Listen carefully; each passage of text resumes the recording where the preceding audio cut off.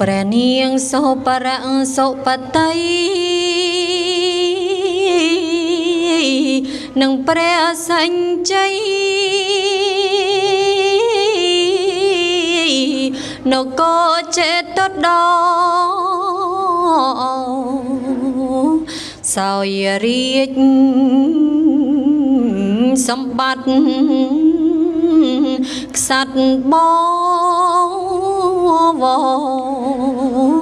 ររៀងចេតដ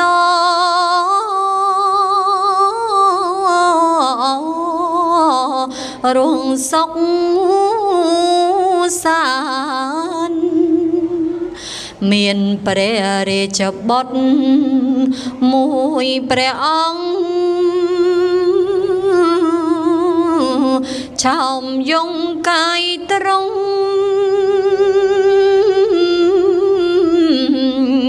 សង្សំប្រានមានចិត្តធ្វើទានអត់សល់ខានព្រះញាតប្រទាននាមវេសន្តោលុងពេលពេញវ័យវឌ្ឍនាកាល16វស្សា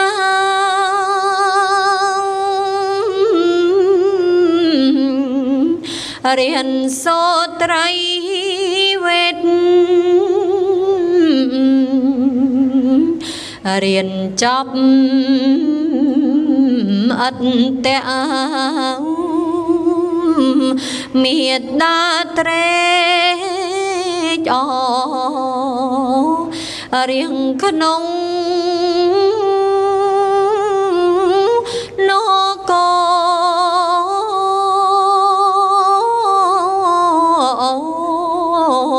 សាតោពេកក្រៃរៀបចំអភិសេកព្រះពោធិសត្វជាមួយនឹងក្សត្រី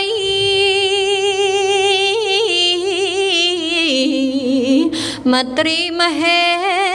សីសោយរាជសម្បត្តិ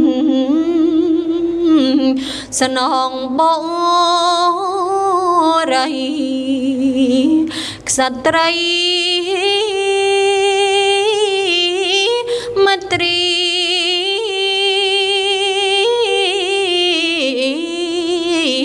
ព្រះវេ